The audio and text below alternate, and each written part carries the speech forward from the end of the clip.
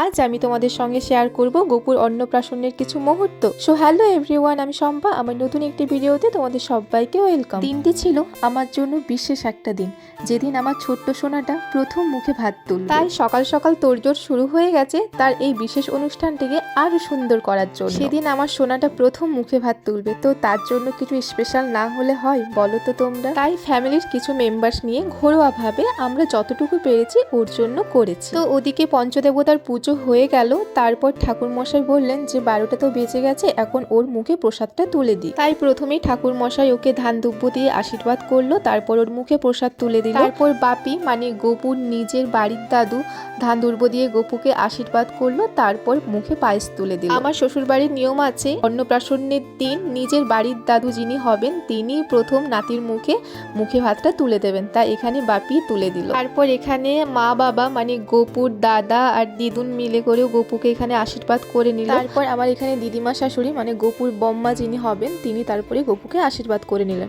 তো আজকের মতো এতটাই। আমার ভিডিওটি ভালো লাগলে একটা লাইক, কমেন্ট, শেয়ার করে আমার চ্যানেলটিকে সাবস্ক্রাইব করো। টাটা বন্ধুরা।